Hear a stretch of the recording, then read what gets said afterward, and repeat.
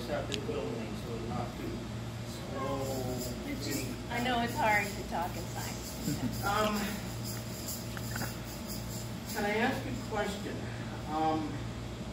How many people here did not meet Andy in person?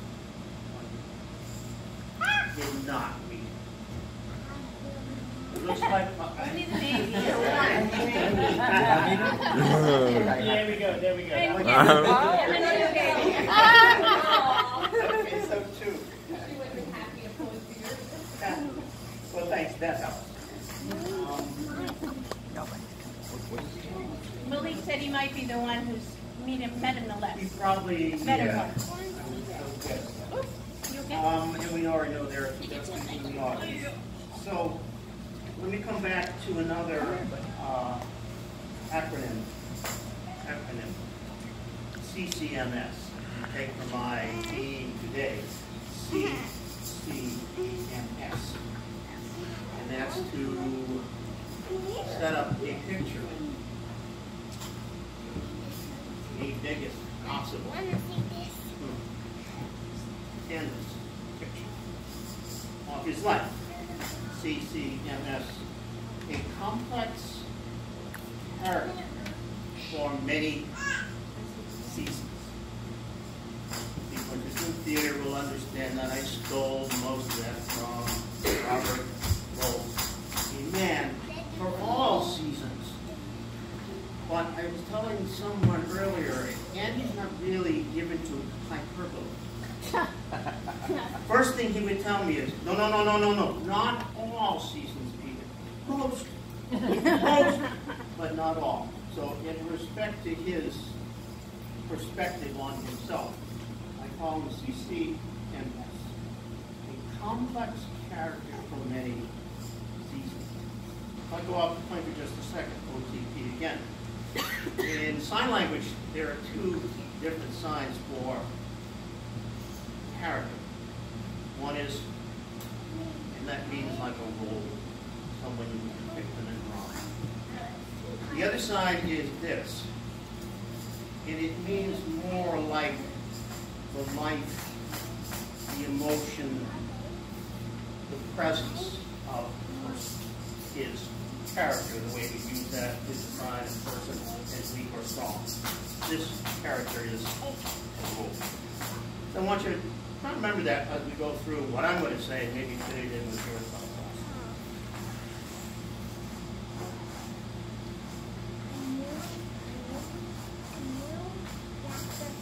So this is the only joke I want to tell that I'm going to let you. I've worked with Andy for 40 years at NTID, National Technical Institute for the Deaf, NTID, another acronym. And I knew him professionally and personally.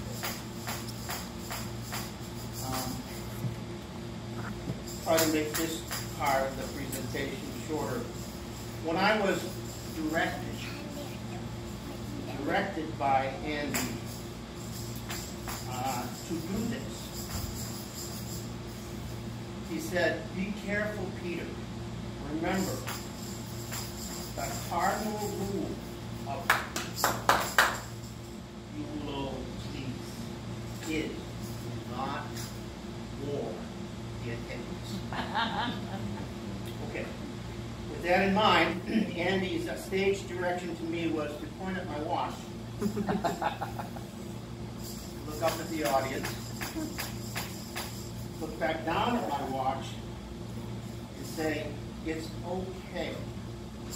I definitely plan to speak for no longer than an hour and 45 minutes." He would have loved your laugh. Because I can see him now rolling around on the floor of my living room saying, "Good joke, Peter. Wasn't that? Oh, that was a good joke. You should use that." But if that didn't work, he had another one, a more serious one. He said, "Well, if that doesn't work, then why don't you try a line from my play?" He was a published and produced playwright. And this line would be, Peter, why don't you begin this one? Yes, life indeed is an engaging tragedy. Yes, life indeed is an engaging tragedy.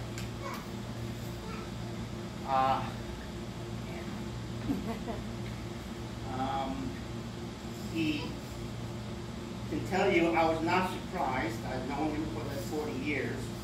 And he had asked me if I was willing to do this 20 years ago. Who, in God's name, find someone to agree to tell eulogy 20 years before they Why'd you get retired? I mean, we could have hated each other. And at times during we knew each other, we did. No question. Andy was nothing if not prepared. I think I told Eric already, OTP, a side note. I got this job 2 days. I got the job working with Andy for 40 years after 2 arduous days of interviews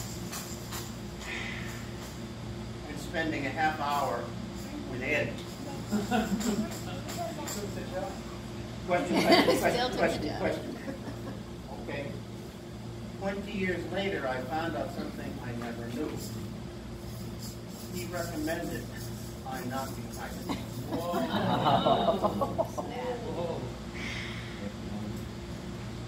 Back to the eulogy.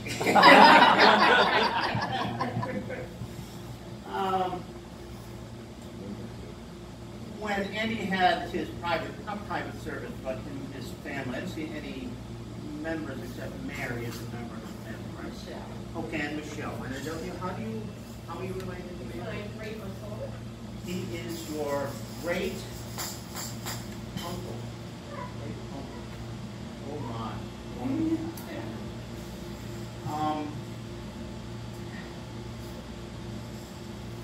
The service back in Rochester last September was for family only, and most of the people there, not exclusively sitting in pews, but involved with the service were family, close families, daughters, 2 daughters.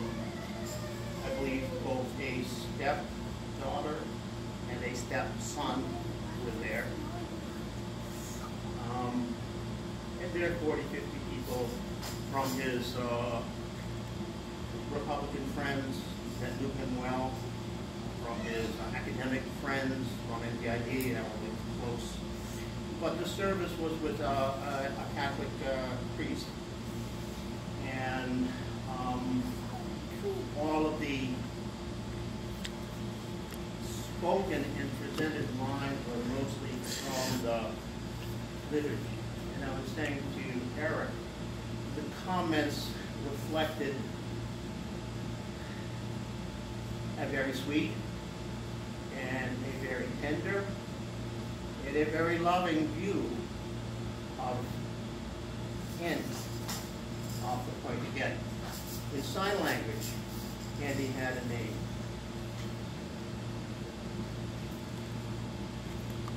This is the sign language letter M.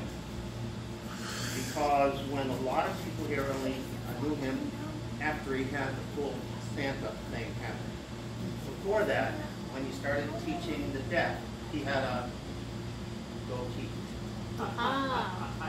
So students took the letter M from his last name, applied it to his physiognomy, and came up with M, or Malcolm. And so, after Andy had directed me what to do, I said to him, you know, my friend, this is funny what you just said, because you will not be here. So, I will do what I want. I know, he said. But both of those are excellent openings, and you really should use one of them, Andy said. You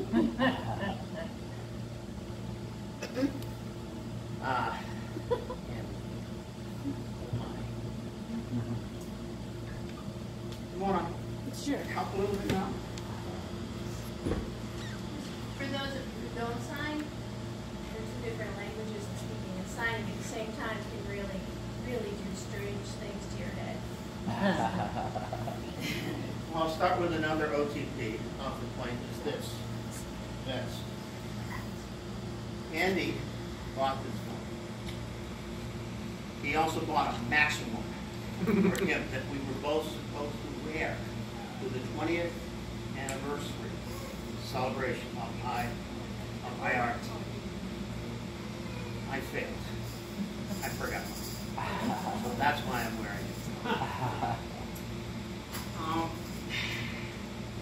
It was 8:30 on a weekday morning, about 6 months before Andy died. He stopped by my house at 8:30 in the morning, unusual. We lived pretty close together. He told me he had a terminal illness.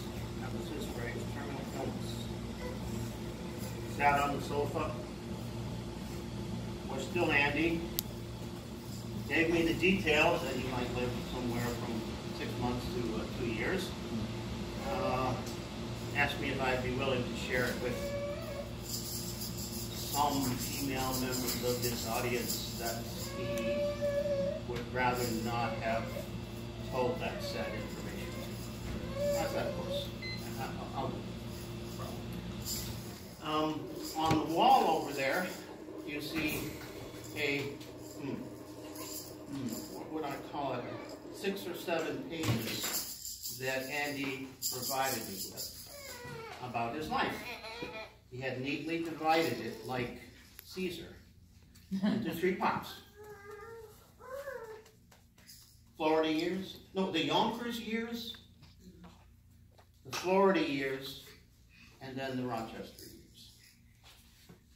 Well, of course, I immediately decided to do something completely different than what he gave me, which was usually my reaction to him telling me something to do, even though some of the things he said were very, very good.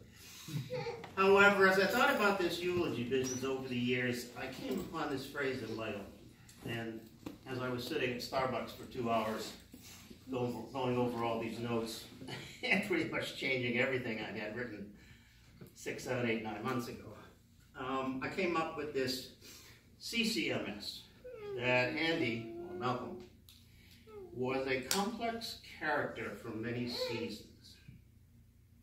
Maybe another way, a character with character, to use the sign in both ways.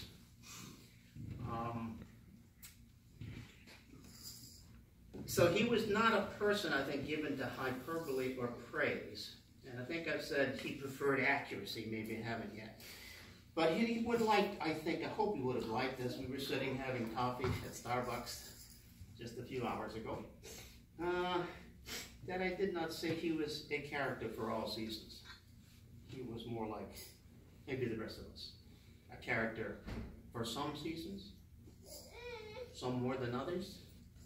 I would say he was a character for most seasons. So with that in mind, let me, in much less than an hour and 45 minutes, talk about 6 ways I've seen him as a character, and in the sense of the term, as a persona to the public. And while I'm doing this, maybe if something strikes you or you feel like there's a story to tell or a memory, please just stand up and say you'd like to elaborate on that. And if that's not your thing, try and come up with an adjective for it. That's one of the things that happened at Starbucks this morning. And I could go through some of these. I'll just give you one example now. He was a philogynist.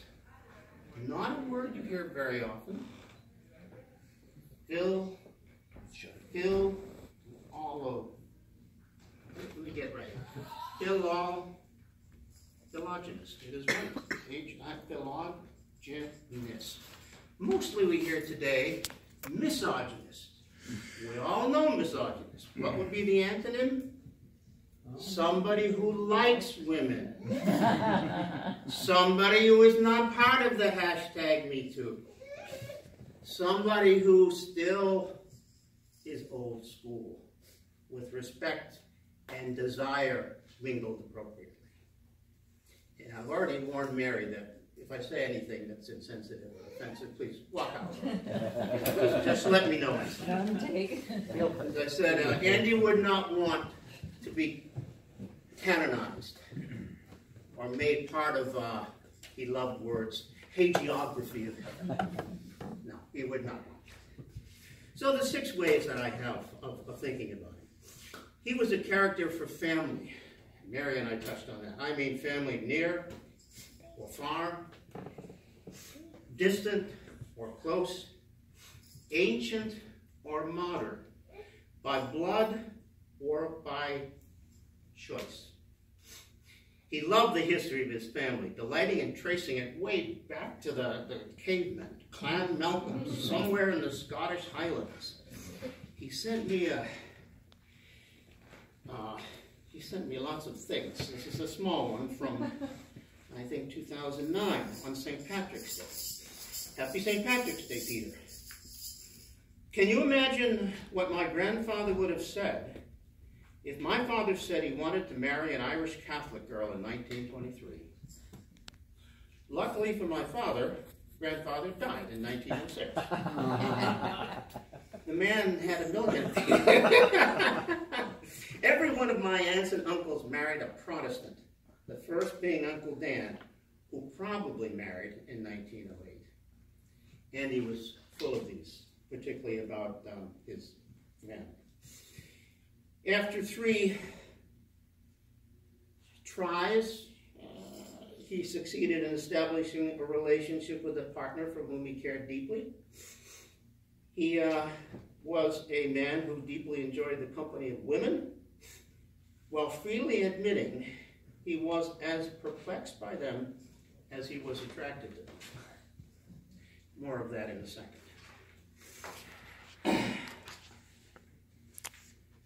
He eventually had 2 lovely daughters whom he treasured, especially as a later-in-life dad, and 2 stepchildren that he came to care for and take an interest in as if they were his own blood. He remained close to his 2 brothers his entire life and continued to see and talk about distant relatives from as long as I knew them. Mary, maybe would you tell us what your relationship is to Andy? I had just looked it up. Andy was my father's first cousin, which makes him my first cousin once removed. At least that's what Google said. So probably an easier way, my grandparents, Robert and May Malcolm, was Andy's aunt and uncle, and he was very close to them, and in the summertime would spend with them on Sullivan's Island, South Carolina, off the coast of Charleston. So he and his brothers, particularly Daniel as well, had very fond memories of his aunt and uncle, and also my father, who had 4 sisters. And that extended into, because I had heard from Frederica that Andy, throughout most of his life, even until he couldn't travel anymore, visited all the Malcolm cousins throughout the country, from South Carolina to Oregon. Absolutely. And spoke of them to me ad infinitum. He just could never tire of talking about his family. Handling closing Daniel's estate, involved from the practical to the ideal and romantic. To me, that was, again, a jaw-dropping thing. My ancestors were running around the bogs of Ireland doing something, and I have no idea who my grandfather was. I was shocked and wonderful. Yay, you have this lovely family. So for number 2, I say Andy was also a character with a strong involvement in civic and public life. His political philosophy was ardently and thoughtfully democratic. Oh, wait, no, I got that wrong. Sorry, Andy.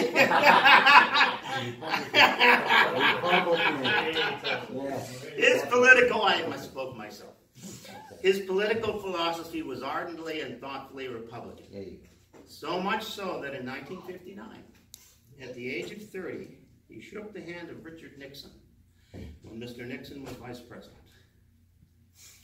He also ran Andy for county office in Florida, losing. However, losing even though he got 47% of the vote. Later in life, he served as a member and chair of the zoning board in the suburb of Henrietta, New York, and its conservation board. He volunteered numerous places in Rochester, Beacon, Andros over the years. Eric, can you speak just for a second about how many times you saw him there and what he did? Yeah, so my name is Eric, and I'm the chief of staff at an organization called Andros, and it was the children's home that Andy grew up in from 1940 to 1948. And back then it was just a home for orphan children, but today we're a multifaceted mental health agency. And before I was the chief of staff, I was what's called direct care, because the children that come to us have some severe emotional and psychological diagnoses. And one of the days around the holidays, I brought one of the boys I was watching to one of our cottages where Andy was dressed up as Santa Claus. And that was the first time that I met him, and he became, to me, Santa Andy. So as I assumed more responsibility, I gradually came less out of direct contact with the kids, but I always made a point to be around when Andy came to campus, because it was just a really wonderful, magical day. And in 2014, we honored him at our gala, and I got to spend a considerable amount of time with him. And he would tell stories about life on campus and life in Yonkers back in the 1940s with a lot of detail. And I would marvel not just at how much Andros and the world had changed, but how much had carried through from back then. And in hearing his stories, I couldn't help but be floored by the supreme amount of adversity he faced in his early life. And to him, it was just a point of fact in the story. But to all of us that were listening, it was the epitome of what's possible when you believe in a child and nurture the hope that's inside of them. So he spoke at our gala, and he's been interviewed a few times in the news on our behalf. And he said that if he had been sent to any other place, he would have been a different person. And the truth is, if Andrew had been sent to any other place, the hundreds of children he helped believe in the magic of Christmas and the magic of hope would never have known the warmth and love that the world has for them. Andrew helped show them that they weren't alone in having experienced adversity, and that just like him, they could go on to achieve amazing things. Nice. Thank you.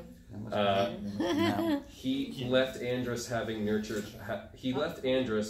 had hope nurtured in him, and came back to us to be the one that nurtures. And to everyone here, today he became the hope. Yes. And quite fully impressive to me that he paid back that debt that he felt. He never stopped talking about Andros. We had no idea what it was or where it was, but we learned over the decades, and his commitment to it was stunning. Here's just to follow up on what you said from a newspaper in Rochester in December of 2011. He's quoted as saying, he and his two brothers were sent to an orphanage in Yonkers. Family life had not worked out well for a variety of reasons at home. And to quote Andy, he says here, I received a report card in the 5th grade that said I couldn't read, couldn't write, couldn't do arithmetic. I couldn't spell. My handwriting was terrible. I was dirty. I was late. I was absent. But when I graduated from high school, I was an honor student, and I went to college and became an associate professor of English at the Rochester Institute of Technology at the National Technical Institute for the Deaf.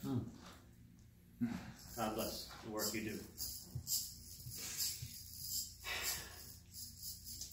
So when we're talking about Andy's strong involvement in civic and public life with his work at Andros, when Andy did finally retire, he also curiously enough he was interested in everything. He got interested particularly in AARP.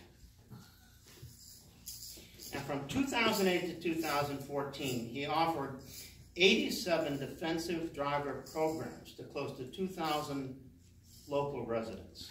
And having taken that course, not with him as my teacher, but with someone else, I can say I have just always been in awe of this commitment to public life, giving the 40 fellow citizens that had to sit together for 8 hours.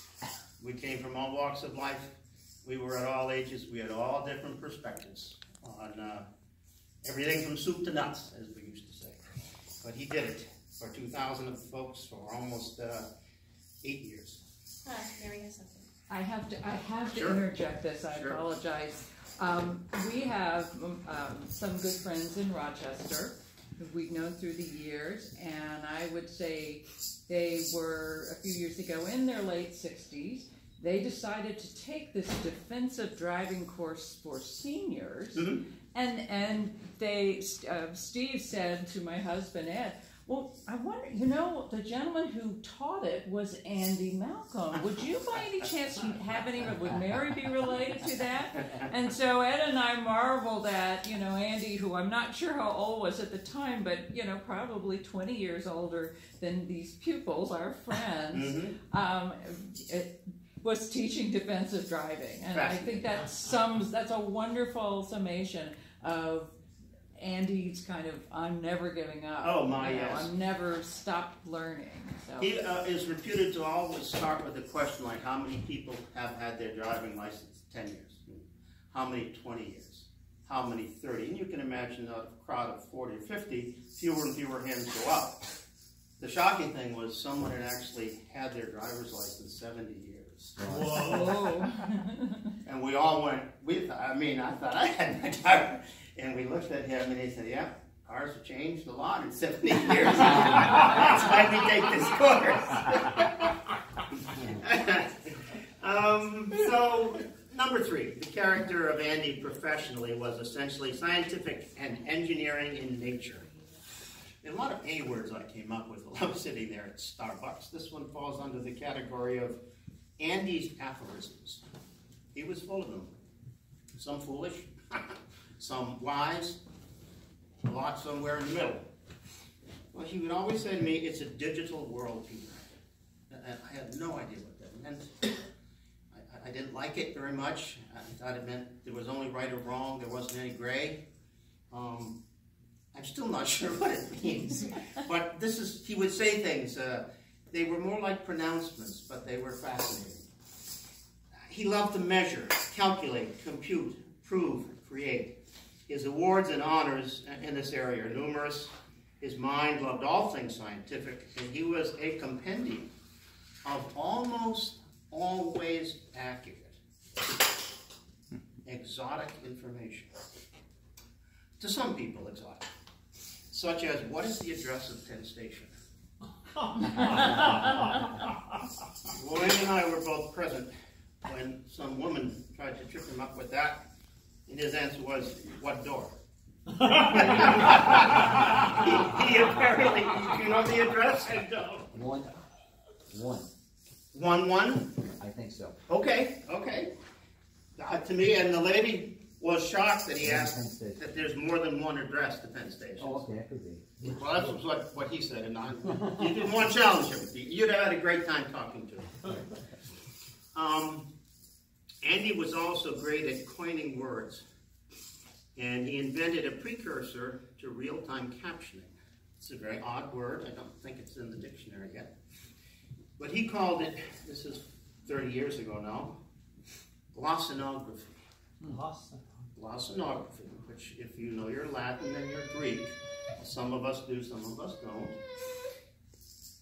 Glossy, tongue, graph, writing. You put them together, and what he was calling the words that appeared on the screen as someone spoke them, tongue writing.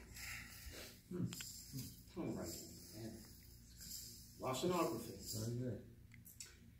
So Andy's 4th character is he was a lover of the arts. Not all the arts, but some specifically.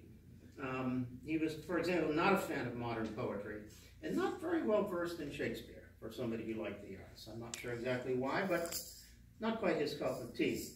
However, Andy trod the boards in his early years in a play wonderfully named $1 Million Maybe. True name. At the Horseshoe Playhouse in Cocoa, Florida. Now, you must know where that is. Well, I know where Cocoa, Florida. Where's Cocoa, Florida? That would be, I believe it's the west coast of Florida. Okay, you got me on this, I don't know. Yes.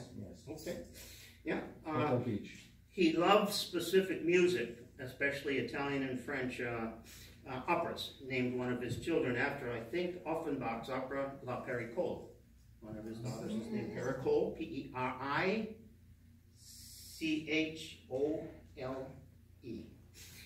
He loved Gilbert and Sullivan, theater in general, and of course, most especially IFT.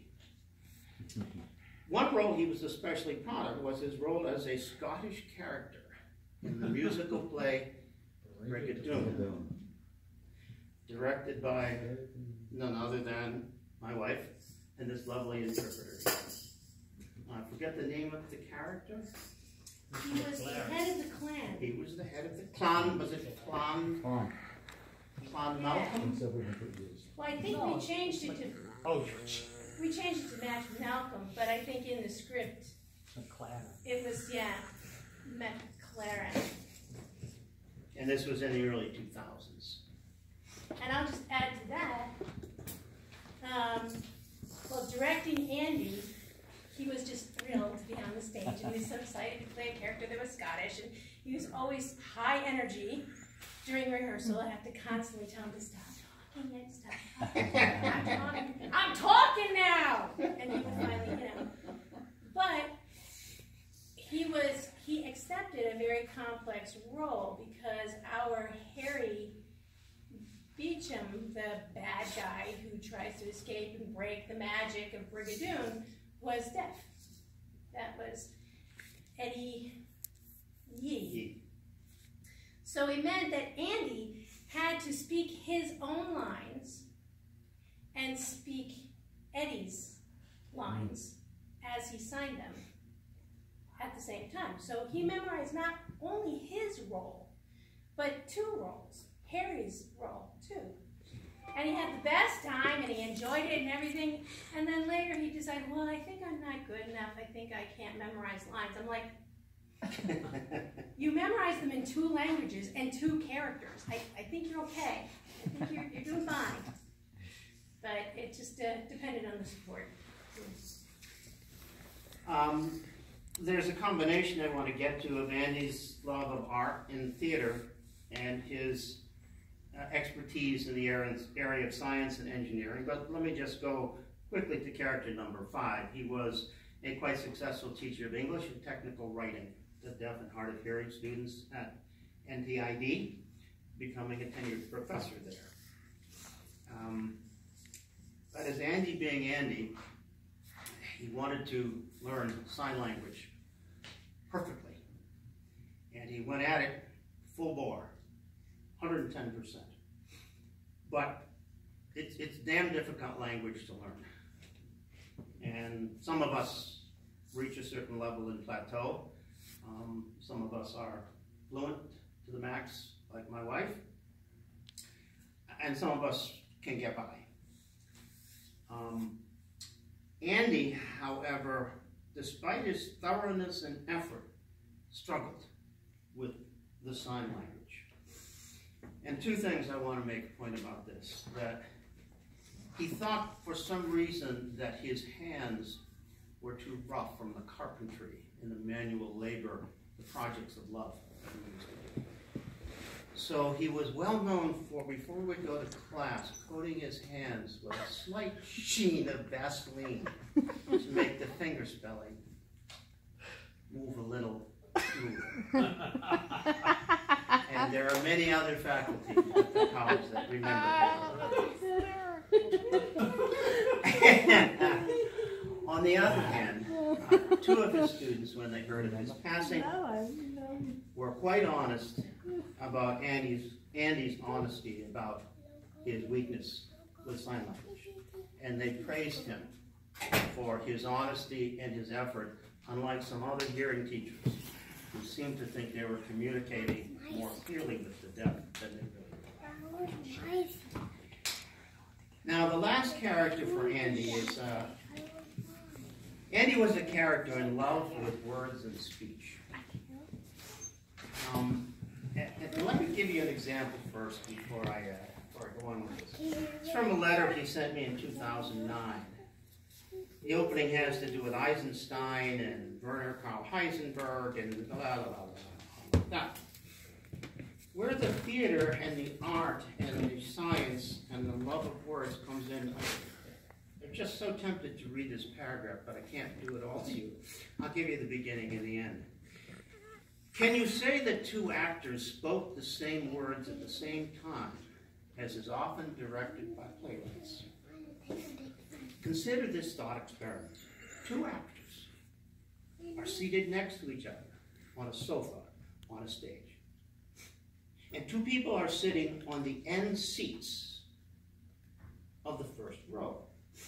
The actors attempt to speak simultaneously, but do they? Sound travels at approximately 1,100 feet per second, 1.88.5 feet per second at 0 degrees centigrade at sea level.